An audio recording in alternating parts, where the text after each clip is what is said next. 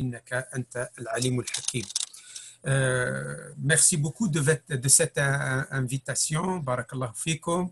La mosquée de Bussy Saint-Georges. Bussy Saint-Georges. Masha'Allah, ils sont tout le temps actifs, que ce soit avec l'association et surtout quand ils ont un frère comme Sheikh là, qui est Sheikh Ahmed. Et donc, voilà, aujourd'hui, je voudrais parler un petit peu de ce que c'est-à-dire le sujet que je vais présenter aujourd'hui, c'est l'effet du mois du Ramadan, l'effet de ce mois béni sur le comportement du croyant, du musulman. Mais je pense qu'on sera limité dans l'intervention et après, je pense que vous avez prévu pour répondre aux questions, je pense. C'est ça, s'il y a des questions, on se donne en général le dernier quart d'heure, Inch'Allah, pour répondre aux questions. S'il n'y a pas de questions, du coup, tu continues, bi'idhnillah, de développer le sujet. D'accord, Inch'Allah. Donc, alhamdulillah, Allah subhanahu wa ta'ala, j'ai toujours dit à mes frères, mes étudiants, mes amis, que Allah subhanahu wa ta'ala a tellement privilégié la Ummah musulmane à tel point qu'il s'est occupé personnellement d'elle. Comment il s'est occupé de la Ummah musulmane? Quand je dis Ummah musulmane, bien sûr, je parle de la communauté en général et je parle des individus qui composent cette communauté. Et parmi les preuves que Allah a privilégié cette Ummah et s'est occupé d'elle particulièrement, c'est le mois du Ramadan. Le mois du Ramadan, il n'est pas donné à tout le monde. C'est vrai qu'il y avait le jeûne avant cette communauté. Allah subhanahu wa ta'ala a prescrit le jeûne sur les communautés précédentes puisqu'il dit Ya ayyuhalladhina amanu kutiba alaykum as-siyamu kama kutiba ala alladhina min qablikum la'allakum tattaqun. C'est vrai, il était prescrit sur les communautés précédentes, mais quand on regarde un petit peu l'historique des autres religions, nous voyons que toutes les autres religions étaient falsifiées. Il y avait des interventions humaines qui ont fait que voilà, il y a une déviation en quelque sorte. Et la preuve sur cela, c'est que voilà, ils n'ont pas préservé le jeûne comme nous, musulmans, nous l'avons préservé. Pourquoi? Parce qu'Allah subhanahu wa ta'ala, concernant les obligations, les interdictions, les choses immuables, Allah subhanahu wa ta'ala a interdit même aux musulmans d'intervenir là-dessus et à l'aide bien sûr de ce verset qui nous dit Inna nahnu nazzalna dhikra wa inna lahu lahafidhun. Nous avons certes fait descendre le rappel et nous nous chargerons de sa préservation. Donc, le fait que les musulmans aient préservé les obligations telles qu'elles étaient au temps du prophète, au temps des califes, au temps des dynasties, jusqu'à nos jours, jusqu'à la fin du temps, le fait que les musulmans ont considéré haram tout ce que l'islam interdit, considéré comme tel, depuis le prophète jusqu'à nos jours et jusqu'à la fin du temps, les musulmans ont vénéré Allah subhanahu wa ta'ala à travers, bien sûr, les adorations qu'il a imposées, comme le jeûne que moi je considère comme étant un signe, pas seulement de la fidélité de la communauté musulmane à Allah subhanahu wa ta'ala et à sa religion et à son prophète, et pas seulement comme un signe de dévotion, mais également, ou un signe également de privilège, mais comme un signe de l'amour d'Allah à cette ummah. Dans tous les gestes, à travers les obligations, à travers les interdictions qu'Allah subhanahu wa ta'ala impose et enseigne à cette ummah, il y a un signe d'amour, mais incroyable. On ne peut même pas le décrire. C'est quoi en fait le mois du Ramadan? Quand on regarde bien, c'est que Allah subhanahu wa ta'ala aime tellement nous rencontrer, aime tellement rencontrer cette ummah collectivement dans les prières collectives où il a fixé 5 rendez-vous quotidiens, 5 rendez-vous au quotidien pour que la communauté musulmane se rencontre dans les 5 prières, dans les mosquées. Donc, Allah pousse la ummah à se rencontrer entre elles et en même temps à venir à sa rencontre. J'ai toujours dit que les 5 prières ne sont que des rendez-vous avec Allah, des rendez-vous réels avec Allah subhanahu wa ta'ala. Parce qu'Allah est présent à chaque prière. Et même dans un hadith du prophète sallallahu alayhi wa sallam authentique, le prophète nous dit que Allah devance le serviteur au lieu de la prière, à la mosquée, au lieu de sa prière. Il l'attend. Allah, il vient avant que nous y arrivons. Bien sûr, c'est symbolique là, puisque Allah Ta'ala n'est pas un corps. Il ne va pas se déplacer dans le temps et l'espace. Hasha, subhanahu wa ta'ala. Mais c'est symbolique, c'est-à-dire son attention son omniscience, sa présence, elle est plus importante pendant les heures de prière qui ne sont autres que des rendez-vous qu'Allah subhanahu wa ta'ala nous a fixés pour qu'on aille le voir, on aille lui présenter nos doléances, on aille lui présenter nos besoins, se constituer en dévot total, et l'adorer en dévotion totale, subhanahu wa ta'ala, sans aucune condition. Il nous appelle, nous répondons, le prophète nous dit, et c'est ça l'influence, l'une des plus grandes influences du mois du jeûne sur la vie du croyant, c'est que lorsqu'il va à la mosquée ou il va même dans son petit mihrab à la maison pour prier, c'est qu'il sait bien vers qui il va se diriger. Il va aller vers Allah subhanahu wa ta'ala. Donc il va se préparer préalablement par les ablutions. Donc il va se préparer au niveau de l'hygiène physiquement. Il va se laver. Les parties qui sont exposées aux virus, aux microbes, à la poussière, le visage, les mains, la tête et les pieds, le nez, la bouche, les oreilles, mais c'est extraordinaire. Aucune autre religion au monde n'a fait de l'hygiène l'un des piliers ou l'une des conditions de l'exécution des obligations de la prière. Il n'y a que l'islam qui a fait ça. Donc, moi je considère ça comme étant l'un des grands signes de l'amour d'Allah, l'un des grands signes de preuve, l'une des grandes preuves du privilège qu'Allah a accordé à cette communauté. Et donc, le musulman doit se préparer. C'est ça l'influence du mois. Je me prépare avant l'heure de la prière. Je fais mes ablutions, je m'assois dans l'endroit de la prière, surtout maintenant pendant cette ère de confinement, d'épidémie, de pandémie universelle.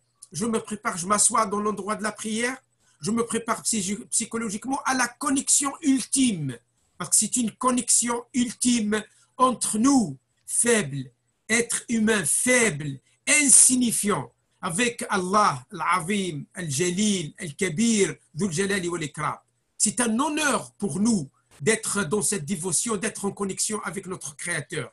Et donc, les ablutions, une question d'hygiène, hein, et on va dans l'endroit de la prière, on fait 2 rak'a de sunnah, avant sunnah ratiba, et après, quand l'heure de la prière arrive, on va prier, que ce soit seul ou avec la famille. S'il y a la famille, on va prier avec la famille, c'est mieux. Et comme ça, on va gagner les degrés de la jama'a. Parce que dans l'islam, et ça aussi, c'est un autre signe de l'amour d'Allah. C'est une autre preuve du privilège. C'est que dans le monde entier, arithmétiquement et mathématiquement, le minimum du pluriel, c'est 3. Et bien, en islam, dans l'adoration, le minimum de pluriel, c'est 2. Donc, s'il y a un mari prie avec sa femme, ou il prie avec sa fille, ou avec son fils, eh bien, il a fait le jama'a, il a rempli les conditions du pluriel, du groupe, du collectif, et du coup, il aura la récompense de la jama'a.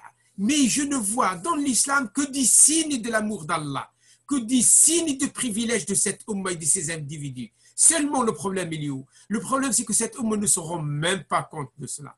Surtout les individus. Quand vous voyez quelqu'un qui prie, il jette le tapis comme ça, il court vers son feuilleton, vers un film qu'il va regarder. C'est malheureux, c'est malheureux. Il ne sait même pas, il ne se rend même pas compte d'où il vient et vers quoi il va. Vous voyez, il abandonne. Il abandonne cette connexion magnifique entre lui et Allah Ta'ala. Il va se connecter avec des choses éphémères dans ce monde qui ne font que lui font perdre son temps. C'est pour cela, je dis, parmi les choses qu'on doit travailler pendant ce mois, mes chers frères, mes chères sœurs, c'est de travailler sa spiritualité, de travailler son cœur, son âme, son esprit, de travailler l'amour d'Allah qui nous manque tellement. Parce que beaucoup de gens prient sans avoir ce concept de l'amour d'Allah. Je dis l'amour d'Allah, c'est pas seulement l'amour rituel. Ça, c'est faux, ça. C'est l'amour spirituel. Quand on se met un vrai croyant qui aime Allah Ta'ala, surtout pendant ce mois-là, l'influence du mois du Ramadan, elle est tellement forte que lorsque je me mets normalement dans l'endroit de la prière, eh bien, je pense tellement fort à Allah Ta'ala que je me le représente en ma présence. Il est là, il est dans mon cœur. Il me voit, il m'entend, il m'observe. C'est pour cela le prophète qui est le plus grand connaisseur d'Allah, l'homme le plus dévot à Allah subhanahu wa ta'ala. Le prophète sallallahu alayhi wa sallam, huwa akbarul arifin, huwa sayyidul ashiqin, lillah subhanahu wa ta'ala. Il nous dit, an ta'budallaha ka'annaka tarah, fa in lam takun tarahu, fa innahu yarak. C'est que tu dois adorer Allah comme si tu le voyais. Ya salam. Ça ne peut s'opérer que lorsque il y a une véritable rencontre entre deux parties. La première partie, c'est l'être humain, c'est le croyant, et la deuxième, c'est Allah subhanahu wa ta'ala. Le prophète, il veut nous mettre dans une rencontre réelle, même si elle n'est pas matérielle, mais elle est réelle, parce qu'elle s'exécute dans le cœur, de l'âme et de l'esprit. Bon, il arrive qu'on est faible, qu'on n'arrive pas vraiment à avoir cette présence de Dieu en nous. Eh bien, il faut s'efforcer et essayer de faire en sorte de le voir bien sûr avec le cœur, toujours avec le cœur, l'âme et l'esprit. Parce que là, durant la prière, c'est ça, le fonctionnement, il est plus spirituel qu'autre chose, qu'au matériel. C'est pour cela, on doit travailler ce côté-là. Parmi les influences du mois du Ramadan sur nous, c'est que vraiment, quand je sors, quand je termine le mois du Ramadan, quand je vais à l'endroit de ma prière ou à la mosquée, eh bien, je dois me mettre en tête, je dois ressentir la présence d'Allah dans mon cœur. Je dois ressentir cela. Il y a même un hadith, bien sûr discutable, dans lequel le prophète dit, dans un hadith qudsi, Allah a dit « Lam tasa'ni ardi wa la sama'i, walakin wasi'ani qalbu abdil mu'min » Ni ma terre, ni mon ciel m'ont contenu, mais c'est le cœur de mon serviteur croyant qui m'a supporté, qui m'a porté. C'est très important. Le côté spirituel dans le Coran et dans la Sunna, dans l'islam en général, il est très poussé. Il est 99% de tout ce que l'on fait, de toutes les paroles spirituelles, de tous les comportements, de toutes les adorations, de toutes les obligations. Malheureusement, comme je viens de dire, nous sommes loin, mais vraiment loin. Vous imaginez des gens qui se bagarrent pendant le Ramadan? Des gens comme ça, ils sont loin d'Allah, certainement. Parce que quelqu'un qui considère comme si il était avec Allah subhanahu wa ta'ala, il ne peut pas agir de la sorte. Il dit seulement ce que le prophète lui a dit. فإذا سابه أحد أو لعنه إذا سابه أحد أو شتمه قال إني صائم إني صائم. Pourquoi? Parce que cette déclaration publique de la part d'un homme, d'un musulman agressé par quelqu'un d'autre, qu'il soit musulman ou non, et il fait rétention de sa colère, il fait maîtrise de sa colère. Il montre que c'est lui le maître, il n'est pas sa colère, et c'est pas sa colère. Que c'est lui le maître, c'est pas son ego, que son cœur, son âme, son esprit, sa spiritualité, c'est ceux-là qui le dirigent, qui l'orientent pendant ce mois-là.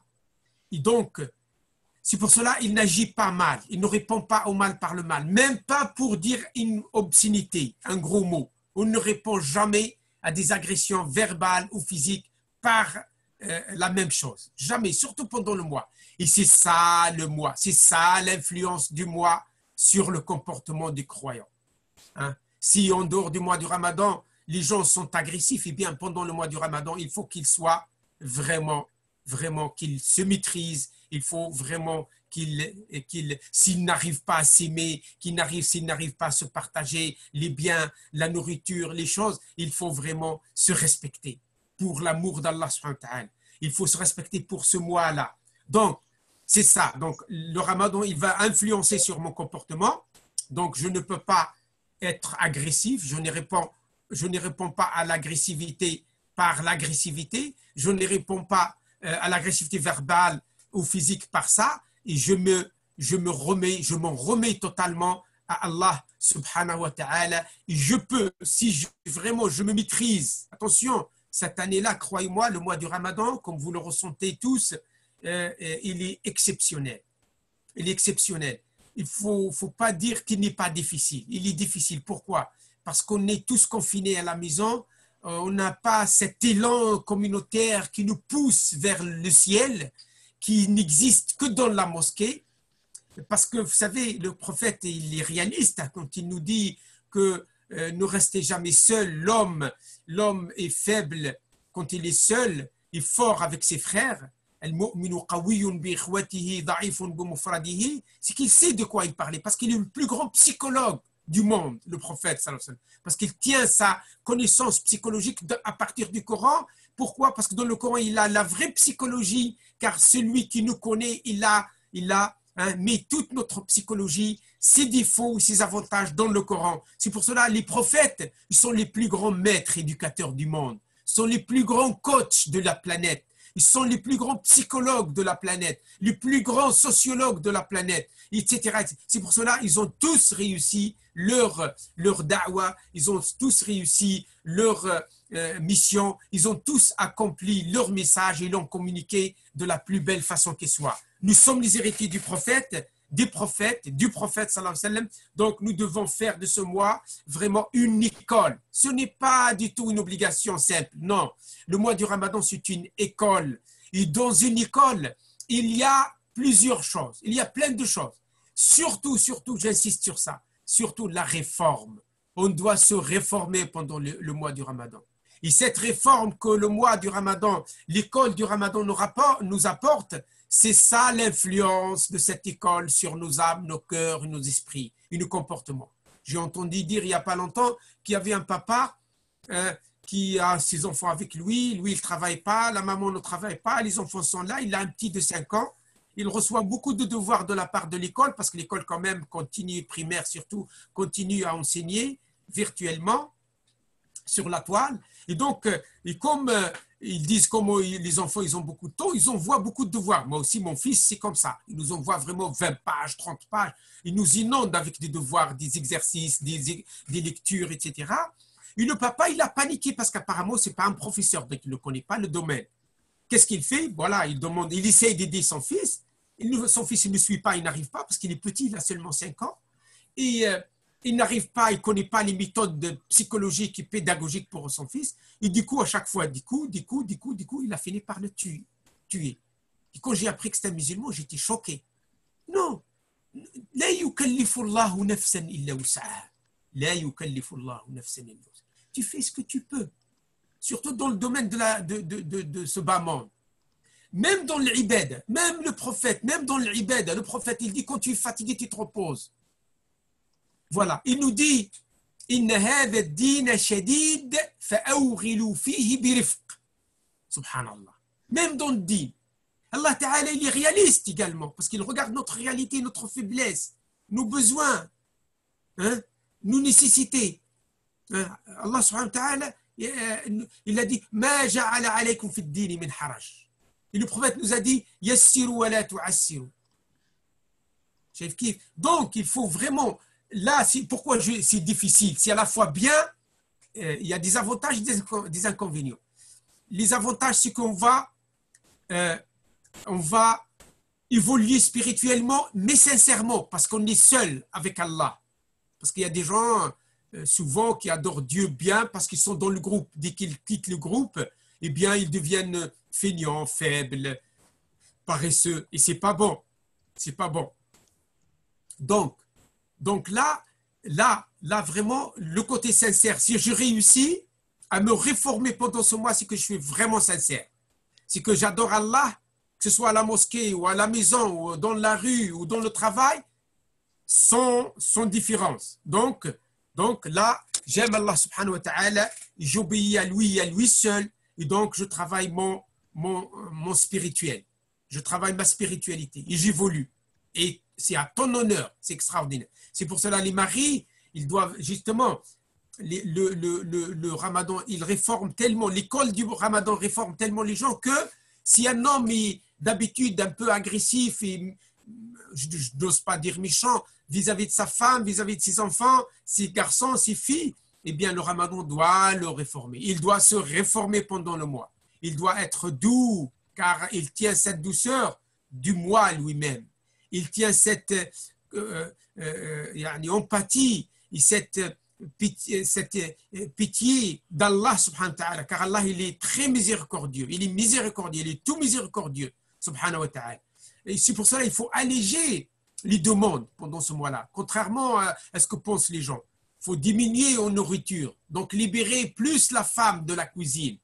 Pas manger comme d'habitude. Pas manger comme d'habitude. Il faut vraiment diminuer un repas. D'habitude, les gens mangent 3 repas, hein, le petit déjeuner, le repas de midi, le repas du soir. Eh bien, le Ramadan, c'est une école. Il nous montre que nous devons absolument enlever le repas du midi, hein, parce que pendant le mois de Ramadan, bien que ce n'est pas interdit de manger toute la nuit, mais le croyant, il veut se réformer. Donc, il faut se réformer même physiquement. J'enlève le prix du repas de midi, je le mets de côté. Par exemple, si moi, je mange l'équivalent de 10 €, eh bien, je vais enlever. Et ça n'a rien à voir avec la fitra. Hein. Ça n'a rien à voir, parce que la fitra, c'est une purification pour notre jeûne. Ça, on doit le donner. Vous voyez, je parle de plus la réforme qu'exerce le Ramadan sur nous, qu'opère sur nous. J'enlève tous les jours l'équivalent d'un repas et je le mets de côté. Ça, c'est pour une seule personne. Parce que si on est 5 dans la famille, normalement, on doit enlever tous les jours l'équivalent de 5 repas. Parce que chacun doit diminuer, doit manger que 2 repas. Le repas du coucher du soleil et le suhour. Et le prophète a parlé que de ces deux-là. Il n'a pas parlé d'un repas au milieu de la nuit comme on fait aujourd'hui. C'est pas bon. Les gens qui font ça, même s'ils ne font pas le haram, ils ne se sont pas vraiment réformés. Le Ramadan n'a pas vraiment un impact physique sur eux, un assainissement physique.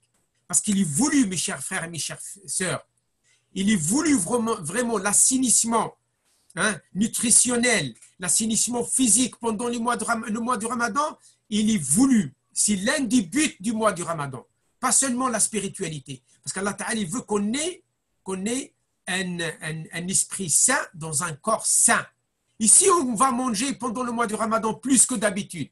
Donc, on n'a pas vraiment exercé un assainissement. Regardez qu'est-ce que dit le prophète. Il dit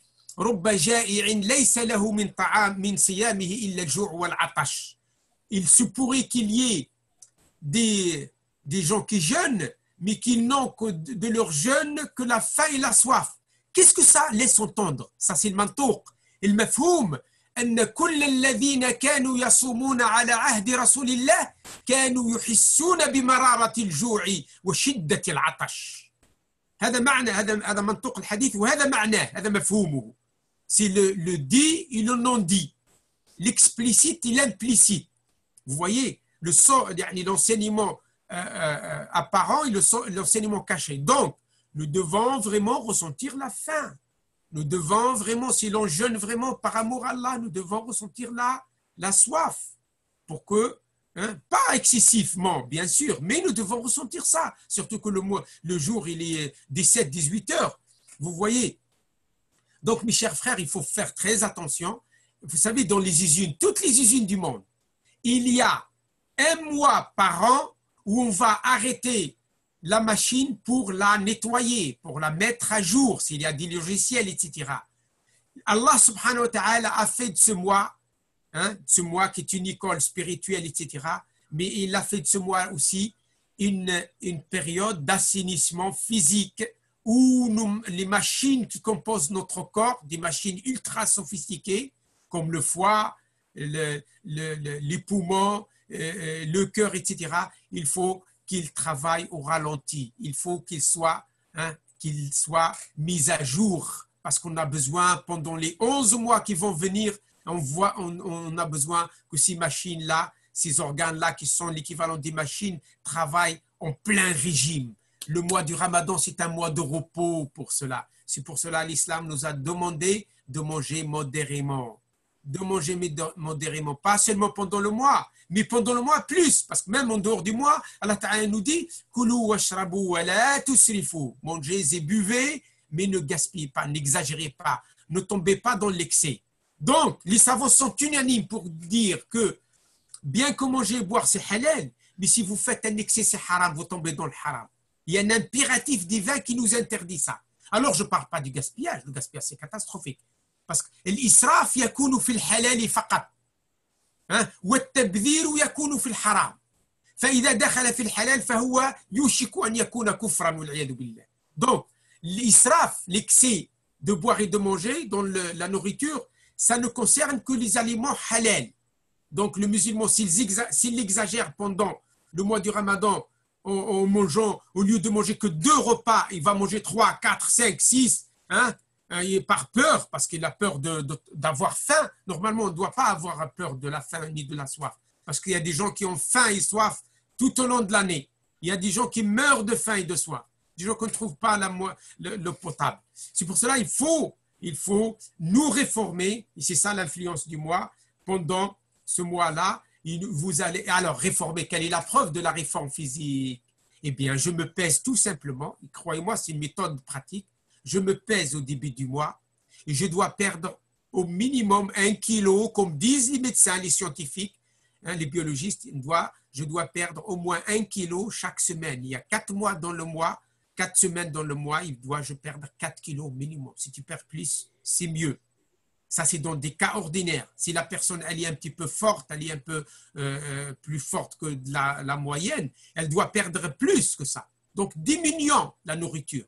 Surtout, il faut manger de la qualité et en petite quantité. Alors, qui nous dit ça? Le prophète, sallallahu alayhi wa sallam. بِحَسْبِ ابْنِ آدَمَ لُقَيْمَاتٍ يُقِمْنَ صُلْبَهُ. Il suffit au fils d'Adam. Il adresse la parole pas seulement aux musulmans, à toute l'humanité. بِحَسْبِ ابْنِ آدَمَ لُقَيْمَاتٍ يُقِمْنَ صُلْبَهُ. Il suffit au fils d'Adam quelques bouchées pour le maintenir en vie.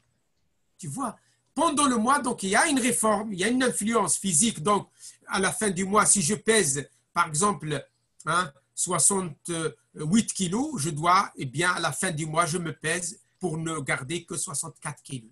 Et j'aurais permis au mois du Ramadan de me réformer physiquement. On a besoin de ça. Les scientifiques le disent. Moi, je connais un certain docteur sur Internet. De toute façon, vous le connaissez tous. Le docteur Al-Faïd. Je l'aime beaucoup, ce docteur-là, un grand diététicien, docteur marocain, qui ne cesse que de parler depuis toujours de la médecine alternative. Et donc, la médecine, etc., c'est-à-dire dans la pratique, la médecine des herbes, etc., eh bien, il a dit il y a tous les médicaments dans les herbes, dans la nourriture, dans la manière dont on mange, on se nourrit, on s'abreuve, etc., etc. Et quand on suit un régime, un système de nutrition saine, eh bien, on ne tombera jamais malade. Même si on tombe malade, la maladie sera bénigne, elle n'est pas grave. Vous voyez les complications que ça crée, les produits mélangés avec des produits chimiques actuellement, que ce soit dans les yaourts, dans les gâteaux, dans les boissons, dans les boissons gazeuses, etc. Vous voyez? Donc, c'est pour cela. Donc, alors, je vise pendant ce mois, tout musulman doit viser pendant ce mois une réforme, un assainissement physique. Donc, c'est une réforme physique. J'aurais accepté et mis en pratique le hadith du prophète dans lequel il nous a conseillé que de manger très peu. Hein? On mange au coucher du soleil modérément. Il ne faut pas alourdir son estomac. Il faut manger seulement le tiers. Attention, il faut manger seulement le tiers. فإن كان لابد, il a dit بحسب ابن آدم لقيمات يقمن صلبه فإن كان لابد فثلث لطعامه وثلث لشرابه وثلث للنفس. Vous voyez, donc un tiers pour respirer et un tiers pour manger et un tiers pour l'eau. Bien sûr, nous savons bien que l'air qu'on respire, il est dans les poumons, pas dans l'estomac. Mais comme l'estomac et les poumons ne sont pas loin, et comme le diaphragme également, il est influencé par notre respiration, donc il appuie sur l'estomac ou non, et donc ça dépend. Donc il faut laisser ne pas remplir trop l'estomac pour qu'elle ne pousse pas le diaphragme, pour qu'il monte, c'est scientifique, hein, et pour qu'on puisse respirer à l'aise. En plus, l'eau, quand on mange, il faut toujours laisser de la place à l'eau, parce que le Coran nous dit, une méthode aussi scientifique, hein, moderne, Kulu washrabu, mange et bois. Il faut manger et boire. Donc voilà, c'est très important. Je dois me réformer, m'assainir physiquement. Je dois mettre mon corps à jour. Et ça, c'est une amen. Le corps est une amen. Hein. C'est pour ça que le prophète a insisté dans les hadiths que je viens de citer. Le Coran a insisté sur la nourriture, de ne pas faire des excès de nutrition, de ne pas faire de ce mois un mois de surconsommation, malheureusement. J'ai dit tout à l'heure, si on est 5 en famille, je vais enlever tous les jours l'équivalent de 10 euros parce que le repas de midi, il manque. Donc, cet argent-là, je vais le mettre de côté. Eh bien, à la fin du mois, je vais l'envoyer aux pauvres en Palestine ou en Bangladesh, en Birmanie, en Inde ou je ne sais pas où, les gens qui ont, ou même au bled, parce qu'il y a des gens qui ne trouvent pas de quoi manger. Et comme ça, je me serais réformé physiquement, j'aurais investi l'équivalent d'un repas pendant tout le mois dans mon salut dans l'au-delà. Vous voyez, dans mon salut dans l'au-delà. Parce qu'il y a des gens, malheureusement, qui investissent beaucoup d'argent dans ce bas monde, ils n'investissent jamais l'argent pour l'au-delà. Le vrai investissement de notre argent, c'est l'argent qu'on investit ici et qu'on récolte ses fruits là-bas lorsqu'on meurt. Tâchez de faire ça. Tout don, toute donation, petite soit-elle, c'est un investissement grâce auquel tu vas récolter les fruits dans l'au-delà. Tu donnes de l'argent, Allah il te construit une maison au paradis. Tu construis une mosquée, Allah te construit un palais au paradis, hein, etc. Donc, Ikhwan, ne négligez pas ça. Allah nous a toujours appelés à faire des dons, des biens, ce qu'il nous a donné, parce qu'il nous rappelle l'origine des biens que nous avons. Il dit, dépensez au nom de ce que nous vous avons donné. Donc, ça appartient à Dieu. Vous savez, la théorie de la propriété en islam, elle n'est pas comme en Occident, ou comme la comprennent les musulmans aujourd'hui. C'est ma terre, c'est mon argent. C'est la théorie de Qaroun. Qaroun, le juif là qui a trahi son peuple, qui a travaillé en faveur du gouvernement tyrannique et dictatorial de Pharaon. Hein? Quand on lui a dit, son peuple dit, donne-nous, vous avez beaucoup d'argent, donne-nous un peu. Il a dit, utituhu ala ilmin indi. Je l'ai eu par mon savoir-faire. Astaghfirullah. Mais quelle mécréance, quelle ignorance de dire ça. Et Allah Ta'ala dit, nous vous avons donné. Donc la théorie de la propriété, elle est différente. Le Coran nous a mis en garde contre cette mentalité de je l'ai fait par mon savoir-faire. Non. Donc tout ce que tu as, que ce soit un savoir ou de l'argent, c'est d'Allah subhanahu wa ta'ala. Vous voyez, et même l'argent, il dit vous voyez. Donc, alors la théorie de la propriété en islam, c'est quoi? C'est que la propriété de l'être humain, elle est symbolique et celle de Dieu, elle est réelle, elle est vraie. Vous voyez, nous ne sommes que des dépositaires des biens qu'Allah nous a accordés dans ce moment. Donc, donnez, s'il vous plaît, donnez de l'argent qu'Allah vous a donné. Ne craignez pas la faim, ne craignez pas la famine, ne craignez pas la soif, ne craignez pas la mort par famine, car plus tu donnes, plus Allah il te donne. Ça aussi une réforme que l'école du mois du Ramadan opère dans nos avoirs, dans nos biens. Pendant le mois du Ramadan, je dois être le plus généreux possible. Je dois partager et donner en plus du partage. Aïcha nous dit كان رسول الله أجود ما يكون كان رسول الله جوادا كريما في غير رمضان وأجود ما يكون منه في رمضان. Le prophète était très généreux, hein, en dehors du mois du Ramadan. Il était plus généreux encore pendant le mois du Ramadan. Nous devons l'être. Pourquoi? Parce qu'Allah Ta'ala nous dit كان لكم في رسول الله أسوة حسنة. Vous avez dans le prophète un exemple, un bon exemple à suivre, le meilleur exemple à suivre. Comme il donne, pourtant il était pauvre. Nous devons donner même si nous sommes pauvres. Surtout ce mois-là. Et pas seulement, nous devons croire en Allah subhanahu wa ta'ala pour partager. Le prophète sallallahu alayhi wa sallam nous dit Ma naqasa malun min sadaqa. Ma naqasa malun min sadaqa. Subhanallah, cette affirmation de la part de aucune donation ne diminue les avoirs, les biens.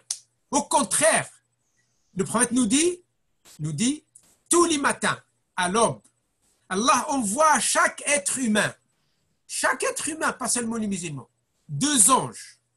L'un, il fait un dua en faveur d'une personne, d'un comportement précis, et l'autre d'un comportement négatif.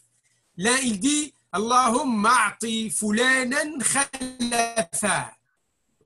Les anges, donc, la tête de chacun de nous, chaque être humain, l'un des anges lui dit Allahumma, donne-lui une compensation matérielle si seulement il donne. S'il donne, c'est-à-dire s'il partage, que ce soit nourriture, vêtements, argent, peu importe.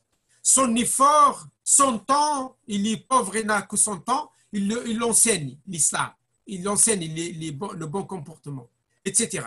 Donc cet ange-là, il fait un dua auprès de Dieu, en notre faveur. Il dit, celui qui donne, Allahumma donne-lui davantage. L'autre ange, qu'est-ce qu'il dit? L'autre ange, qu'est-ce qu'il dit? Vous savez bien que les anges, ils sont exaucés, hein, pas comme nous. Les anges, ils sont exaucés, tous. Parce que c'est des êtres purs, quand ils demandent à Allah quelque chose, ils l'exaucent. Même quand ils font des duas pour nous, en notre faveur, vous savez dans le Coran, toi tu dors, tu ne sais même pas, il y a un ange qui est en train de faire l'istighfar en ta faveur. Parce qu'ils n'ont pas besoin de istighfar, ils le font par d'une manière honorifique, parce qu'ils ne commettent pas de péché, mais ils font l'istighfar ou tawba pour affirmer et confirmer leur servitude, leur dévotion à Dieu. Mais ils le font souvent pour nous enlever nos péchés. Eh bien cet ange-là, il dit, Seigneur, donne à cet homme, s'il partage, s'il fait don de ses avoirs, donne-lui une compensation, donne-lui davantage. Et celui qui fait rétention des biens, donne-lui, enlève-lui davantage. Vous voyez mes chers frères, donc soyez généreux, ne craignez rien, mais il faut savoir donner. Parce qu'il y a beaucoup d'escroqueries aujourd'hui sur Internet et partout, les gens profitent de la gentillesse des musulmans. Hein? Vous imaginez, il y a même des gens des autres religions qui se déguisent en musulmans avec une grosse barbe et un vêtement. Ils apprennent quelques mots islamiques, arabes. Voilà, ils apprennent le mot fi sabilillah, ils vont devant le mosquée ou tout simplement, quand ils voient un musulman, ils lui disent donne-moi fi sabilillah, j'ai besoin. Vous avez vu des vidéos, on a vérifié, il y a des gens vraiment qui ne sont pas musulmans, qui utilisent l'islam pour récolter de l'argent parce qu'ils savent que les musulmans sont connus dans le monde entier. Ils partagent, ils sont généreux.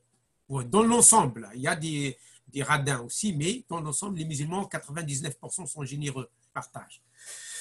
Parce qu'ils savent tous, ils ont tous la conviction que l'argent qu'ils ont, les biens qu'ils ont, ça vient de Dieu.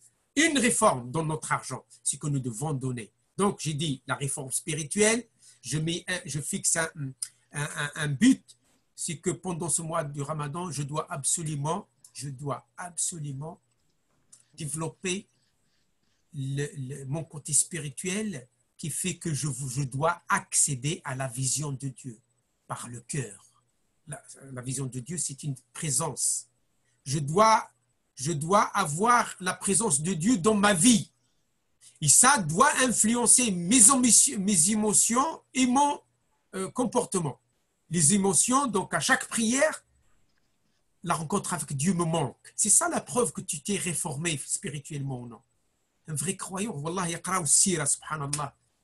Allah, le prophète, sallallahu alayhi wa sallam, qui est notre exemple, hein, à suivre, à chaque prière. Qu'est-ce qu'il dit? Il dit, Allahumma rzuqni hubb, wa hubba man yuhibbuk, wa hubba kulli amalin yuqarribuni ila hubb. Le prophète, dans ses prières, il dit, ô Seigneur, fais de ton amour un gain pour moi.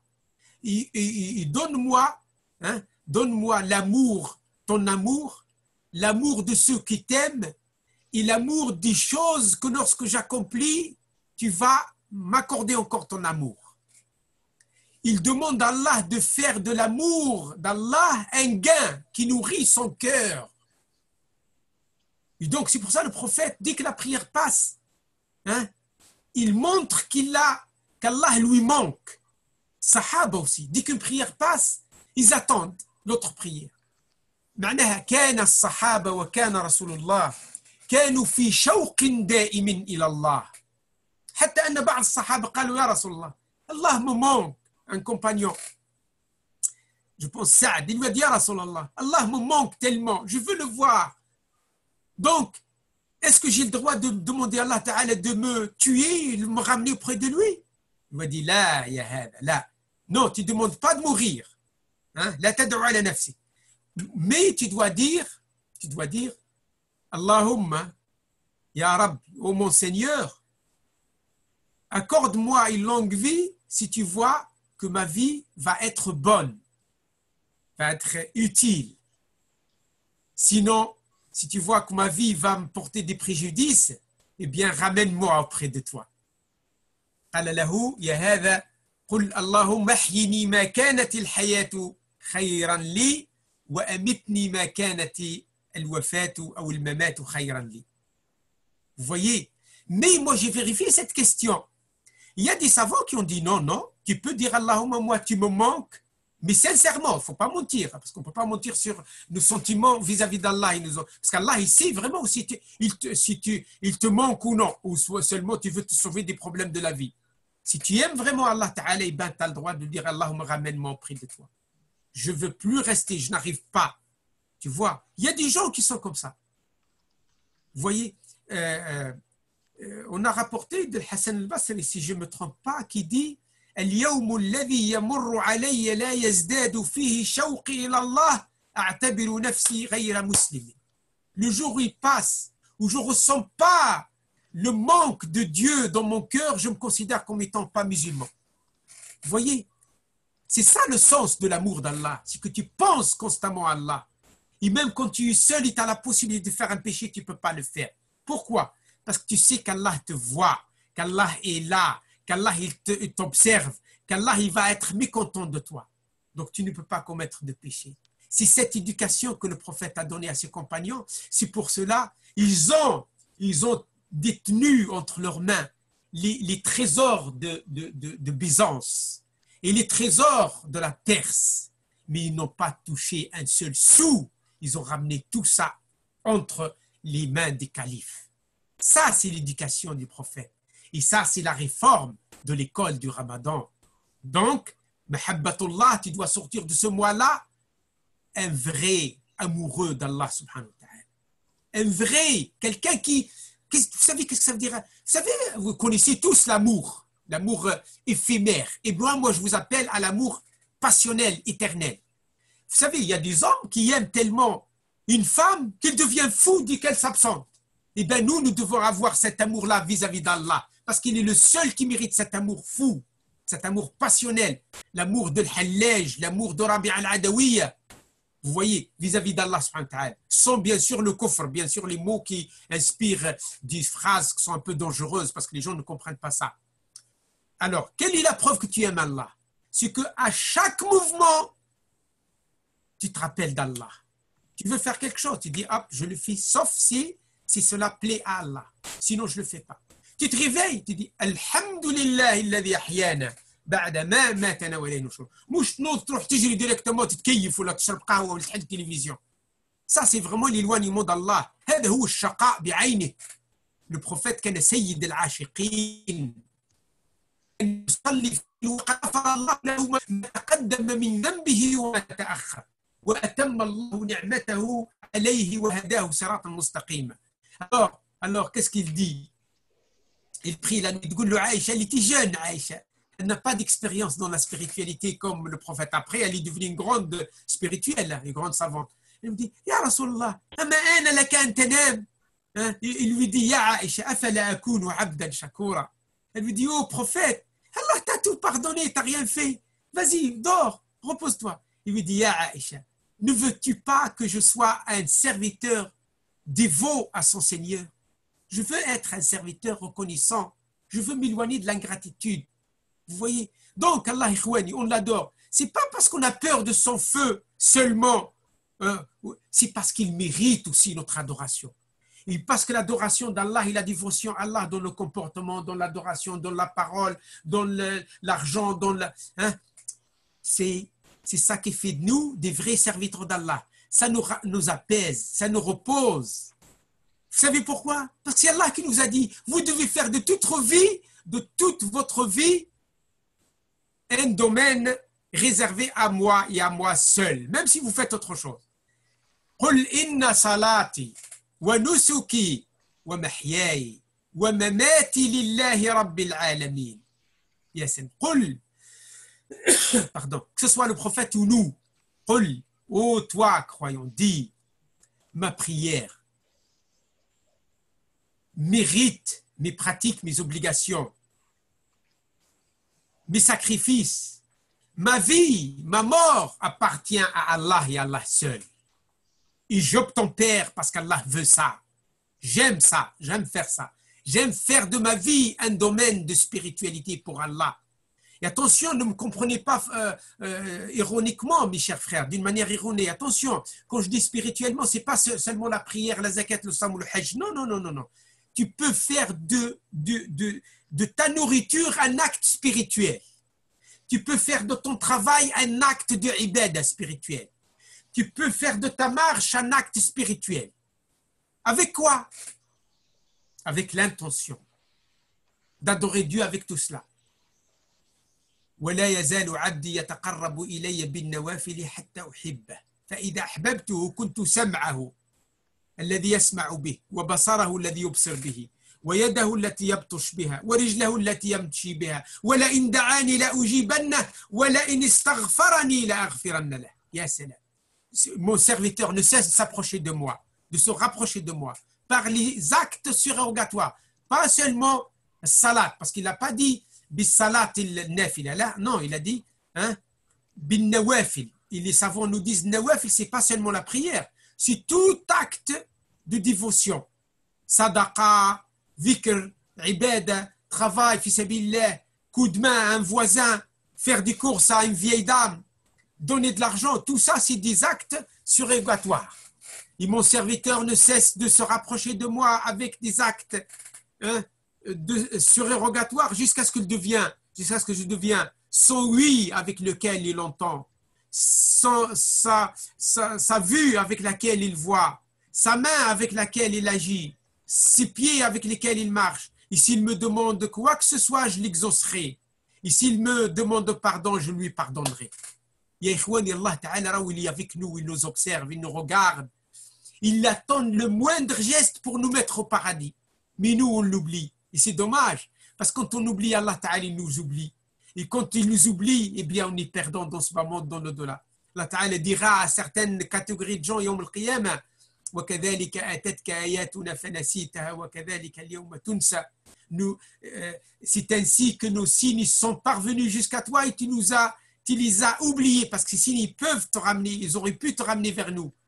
Et aujourd'hui, comme tu as oublié nos signes qu'on t'a envoyés pour te ramener vers nous, aujourd'hui, nous t'oublierons.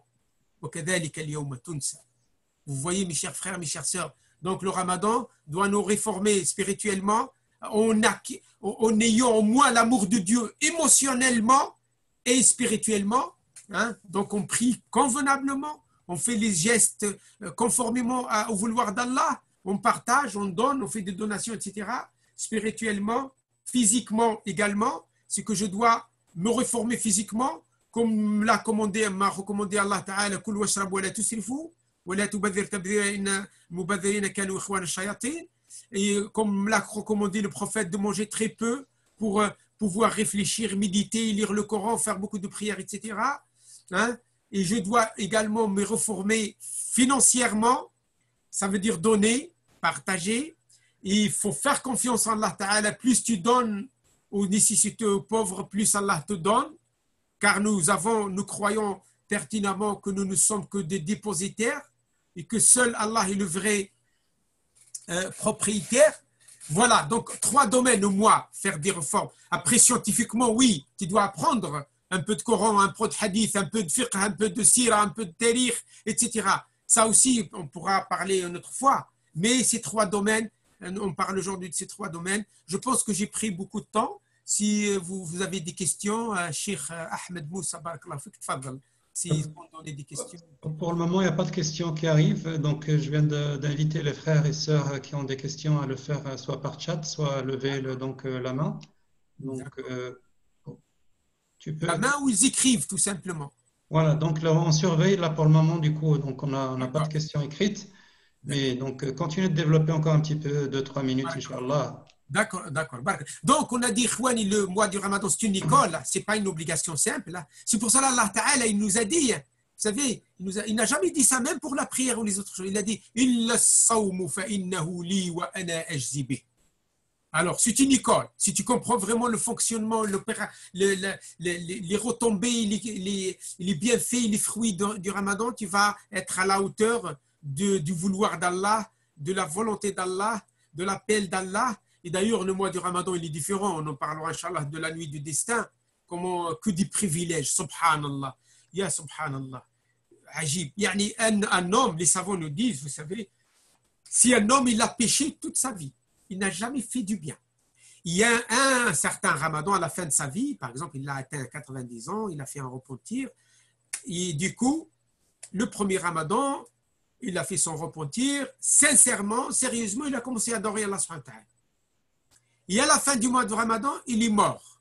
Regardez, sur 90 ans, il n'a pratiqué qu'un mois. Il y en a, croyez-moi, il y en a parmi même les musulmans. Et moi, j'en connais. Vous voyez, il a fait un mois. Il meurt à la fin du mois.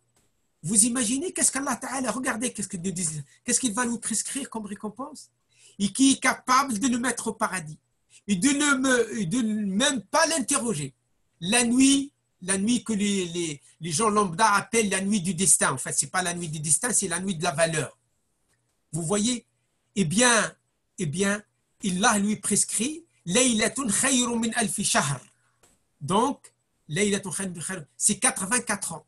Donc, comme s'il a récupéré les 84 ans ou les 90 ans qu'il a perdus avec une bonne intention, Allah il va lui pardonner et le mettre au paradis.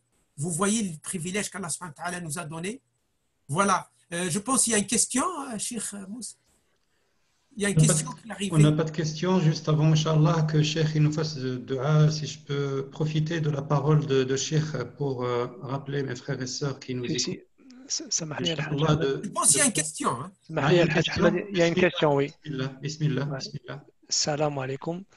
Comment faire tarawih quand on ne parle pas arabe, donc on lit mal le Coran? Peut-on réciter avec son téléphone et le Coran en phonétique? Alors, j'ai répondu déjà à cette question à des frères, surtout convertis. Regardez bien. Alors, lire du mushaf, pour celui qui maîtrise la lecture en langue arabe, lire du mushaf, même dans la prière obligatoire, c'est autorisé, sauf chez l'imam Malik. L'imam Malik, il a interdit. L'imam Malik seulement, il a interdit de lire du mushaf. Hein?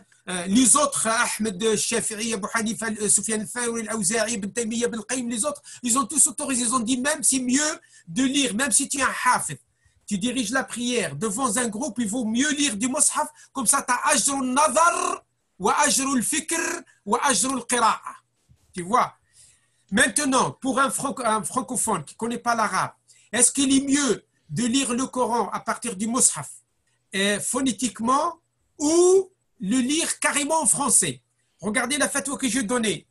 Je ne sais pas s'il y a d'autres savants qui l'ont donné ou non. De toute façon, moi, j'ai réfléchi beaucoup, j'ai trouvé cette solution.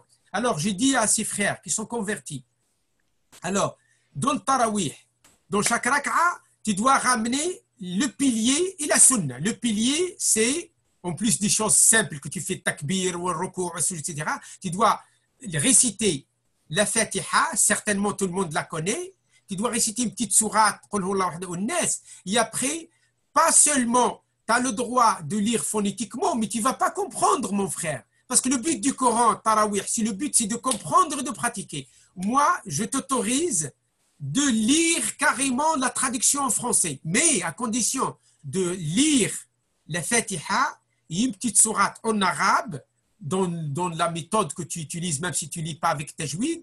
Mais comme tu es francophone, tu ne comprends pas le Coran, il est inutile, je pense, de le lire en phonétique, parce que tu vas lire, tu vas casser, tu ne vas rien comprendre. Par contre, après avoir lu la Fatiha et une petite sourate, et tu lis du mushaf, pardon, le rubu' ou le thumun, et tu comprends, tu auras compris, parce que tu as le numéro de chaque verset, seulement comme le tarawih c'est une sunna, et que tu as dans la sunna, tu as respecté les piliers, hein, le pilier qui est la Fatiha et la sunna qui est une petite sourate, et bien après tu peux takhtam le Coran bil firansiyya, incha'Allah, wala haraja alayk, parce que si en plus, incha'Allah, Allah ta'ala il va te donner la récompense, puisque tu n'arrives pas à apprendre le Coran ou à lire le Coran en arabe. Voilà la fatwa que j'ai donnée à des frères francophones qui veulent vraiment passer une bonne tarawih avec une bonne compréhension chez eux à la maison. Sallallahu laka fadilat Cheikh. Je voulais juste profiter de ce que tu viens de dire, à savoir que dans ce mois béni, il faut être généreux et qu'on n'est que des dépositaires de ce qu'Allah subhanahu wa ta'ala il nous a donné. d'inviter les frères et sœurs qui le souhaitent à rejoindre, et vous avez toutes les informations sur le site, pour aider les démunis. On a lancé une opération il y a quelques jours. Aujourd'hui, les 5 000 € qu'on a collectés, ils sont insuffisants pour répondre à la demande de tous les gens.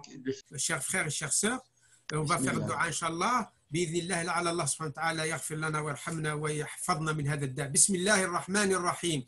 الحمد لله رب العالمين والصلاة والسلام على سيدنا محمد وعلى آله وصحبه أجمعين. اللهم آتنا أفضل ما أتيت عبادك الصالحين وتقبل منا إنك أنت السميع العليم وعنا على ذكرك وشكرك وحسن عبادتك يا رب العالمين. اللهم ارحمنا فإنك بنا راحم ولا تعذبنا فإنك علينا قادر والطف بنا بما جرت به المقادير كما لطفت بالأجنة في بطون أمهاتها يا رب العالمين. اللهم احفظنا واحفظ إخواننا من هذا الداء العضال يا رب العالمين. اللهم ارفع عنا هذا الوباء وهذا البلاء عن الأمة الإسلامية والعالم أجمعين يا رب العالمين. اللهم احفظنا بحفظك وارعنا برعايتك واسترنا بسترك. اللهم اغفر لنا ولوالدينا وللسادة الحاضرين ووالديهم وللمسلمين أجمعين ولمن صنع معنا معروفا وصنعنا معه معروفا من المسلمين والمسلمات والمؤمنين والمؤمنات الأحياء منهم والأموات. واغفر لنا وللمسلمين أجمعين الذين أعانونا واتبعونا ودعوا لنا في ظهر الغيب كما دعونا لهم يا رب العالمين. واحفظ بلادنا وشعوبنا وسائر بلاد المسلمين وشعوبهم واهد حكام المسلمين إلى الحق وإلى الصواب وإلى الرشد يا رب العالمين. واجعل المصالحة بين الحكام وشعوبهم يا رب العالمين. واغفر لنا أجمعين. سبحان ربك رب العزة عما يصفون وسلام على المرسلين والحمد لله رب العالمين. وتقبل الله منا ومنكم الصلاة والصيام والقيام وحشرنا في مع سيدنا محمد خير الأنام وتقبل منا ومنكم على الكمال والتمام وصح فطوركم وربي يتقبل إن شاء الله. آمين. بارك الله فيك أخي الكريم. أحسن الله لك. نفع الله بك الأمة إن شاء الله. Mes frères et sœurs, donc je vous dis assalamu alaikum wa rahmatullah.